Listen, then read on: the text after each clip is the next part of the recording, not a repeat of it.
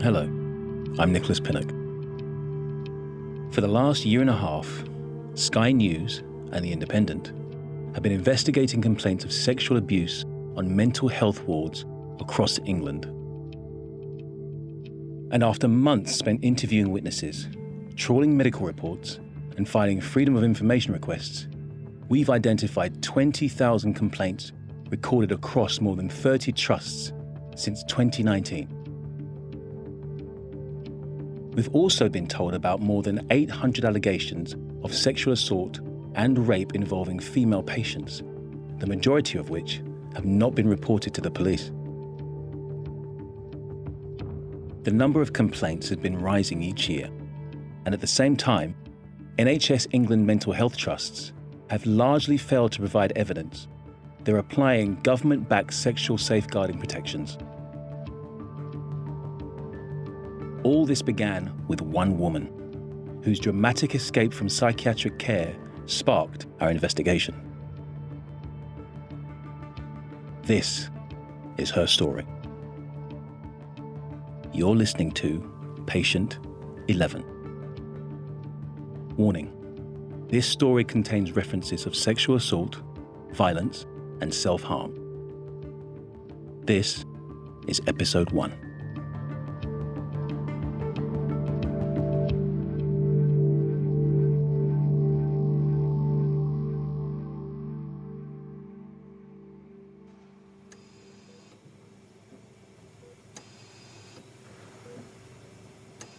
It was the 24th of December and I was admitted to a ward in Kent, and there's no beds. So I was admitted to a ward with 17 men. It's Christmas 2013 and Alexis Quinn, a former Great Britain youth swimmer, has just been admitted to Littlebrook Hospital, a secure psychiatric inpatient facility near Dartford in Kent. I entered the hospital as a PE teacher working in a grammar school, as a sister, as a mother of a fairly newborn baby. Within hours of her entering Littlebrook, however, Alexis would make her first complaint of sexual assault. Well, it sort of pushed me, but sort of pressed me up against the door, and then sort of pulled my trousers down and... Owing to safety concerns and in the confusion that followed, Alexis was restrained and then placed in solitary confinement. And they put me in there, restrained me on the floor. They pulled my pants down. They injected me with sedatives.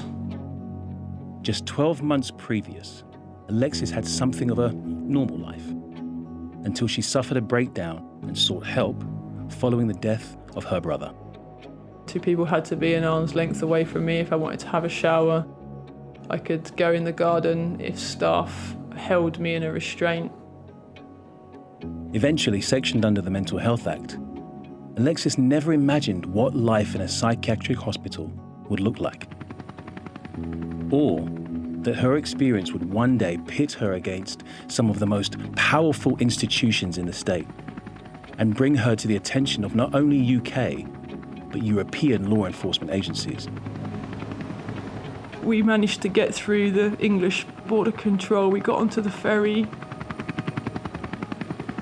There were 2 helicopters flying overhead. They'd sent the police.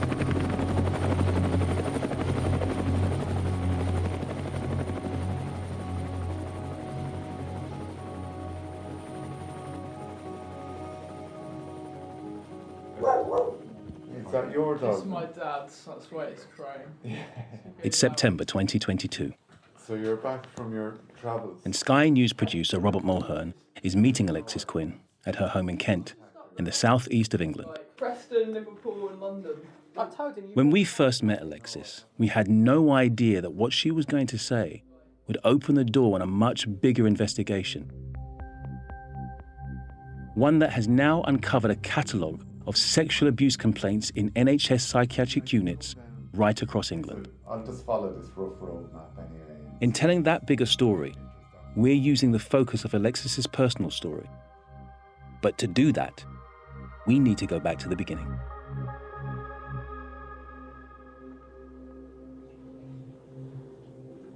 My name's Alexis Quinn. I'm 38 years old. Born in Canterbury in 1984. My mum's a police officer and she served 34 years in the police, and my dad was in the forces. I'd always been a bit of a quirky kid, a bit different. I've always had a sort of heightened sensory experience, so things have always been brighter or louder. You know, when I was at school, it was really apparent. I could hear the people in another room, or I could hear people whispering and could hear exactly what they were saying.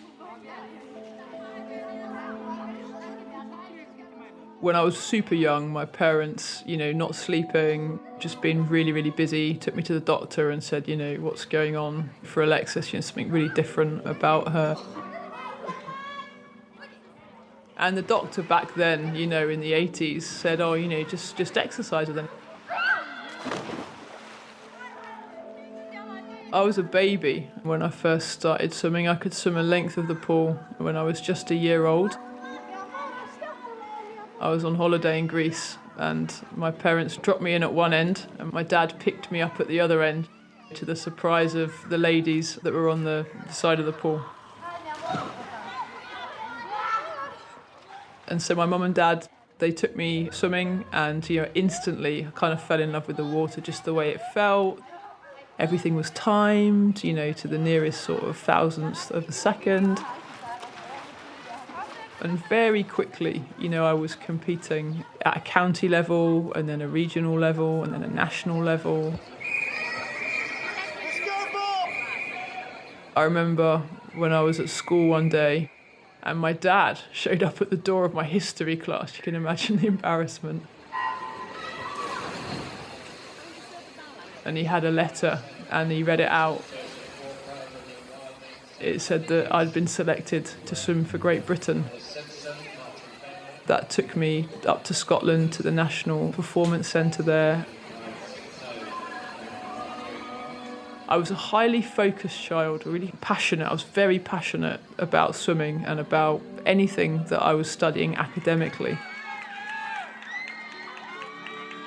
I don't think anyone could have foreseen that my strengths would have become my utter weakness, my doom. Nobody could have foreseen that.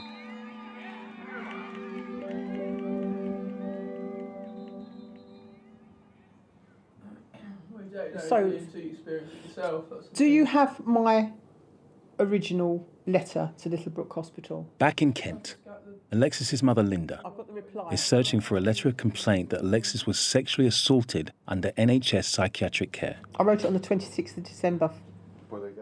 Such a future experience would have been impossible to imagine when Alexis graduated with a first-class teaching degree from Edinburgh University in 2006. She was always very... Then, in 2007, she took a job in China. After 5 years teaching in Asia, however, Alexis returned to England after falling pregnant.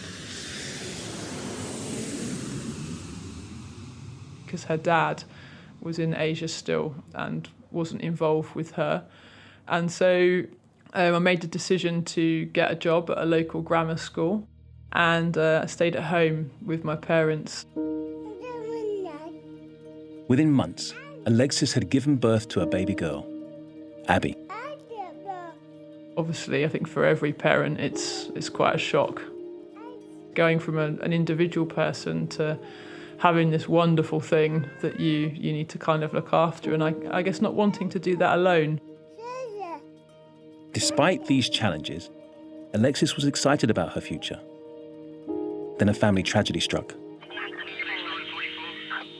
It was the 1st of December 2012, and I was asleep. I always go to bed early, being a swimmer.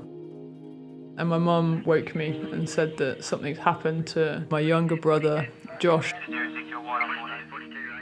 And I ran down the stairs to find my dad and 2 police officers in the hallway.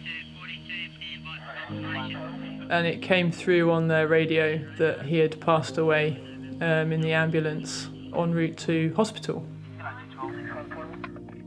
I remember being taken into the room and just seeing Josh laying on the bed. We used to call him when he was little Dennis the Menace. There was times when he was like the Tassie Devil, sort of twirling and everything's just going to chaos. But he was also the most like loving, generous, funny, just wonderful, warm guy.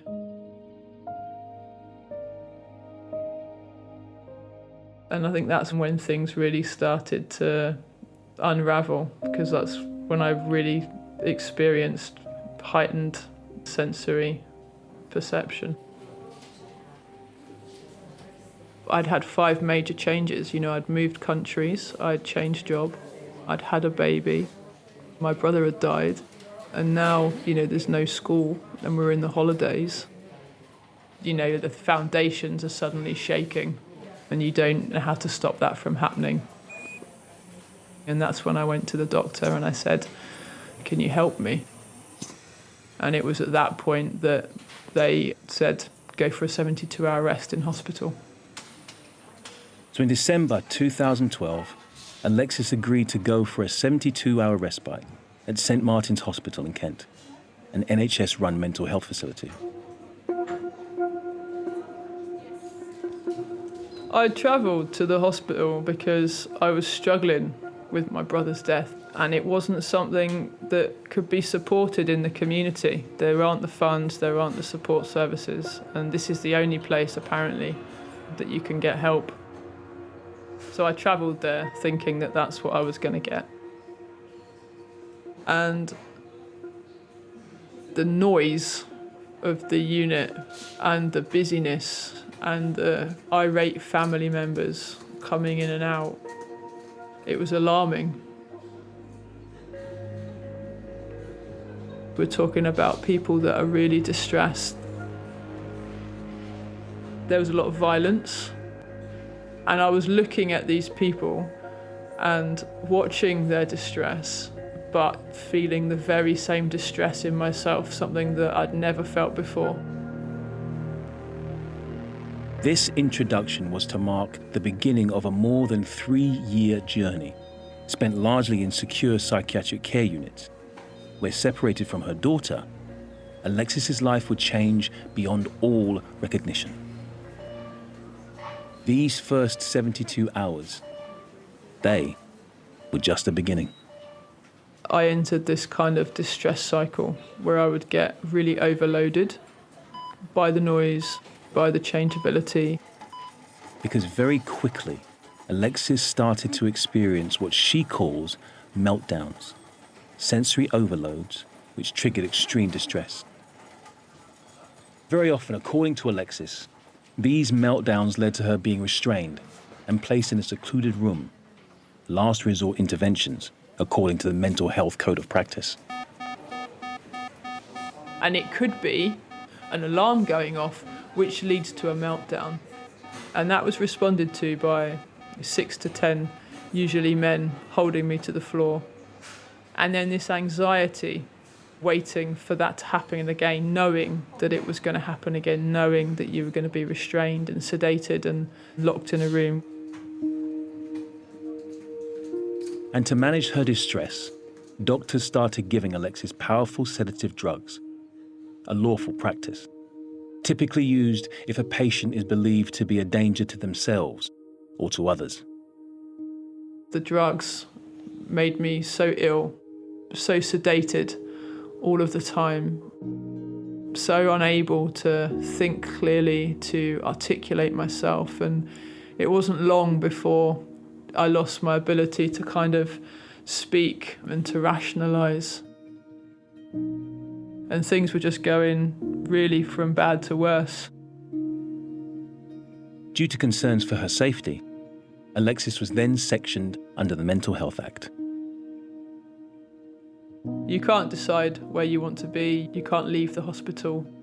You're considered to be a risk to either yourself or to other people. And at that point, when I was sectioned, I became everything, I suppose, that people told me that I were, something that was sick, ill and faulty and broken. only it felt odd because I was simply responding to the environment. You know, it felt completely out of my control.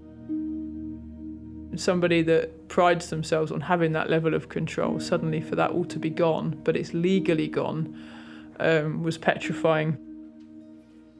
So they labelled me with something that lots of people seem to get labelled with when they don't know what else to do, with something called borderline personality disorder.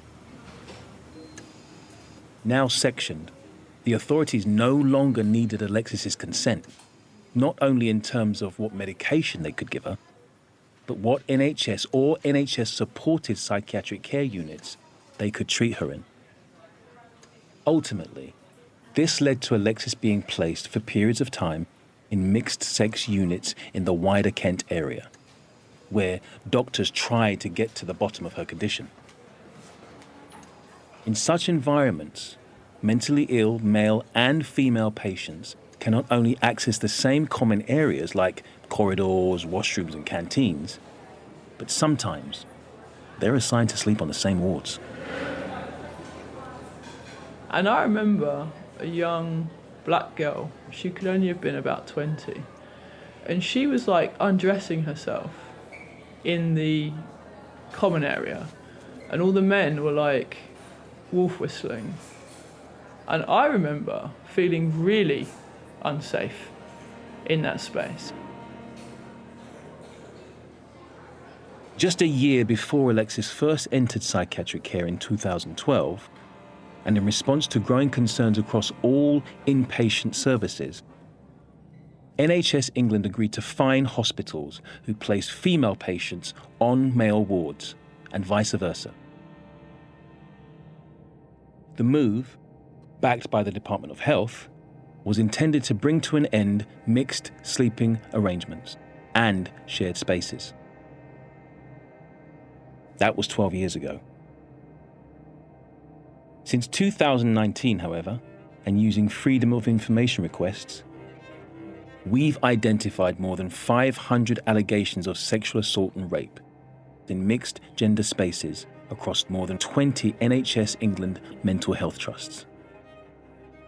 Behind these numbers are patients like Alexis, who would spend the Christmas of 2013 not with family or friends, like she had every other Christmas, but detained on an all-male ward at the NHS-run Littlebrook Hospital in Kent.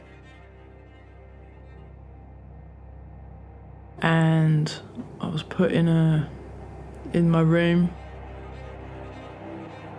but this guy came in. What would happen next would shake Alexis to her core.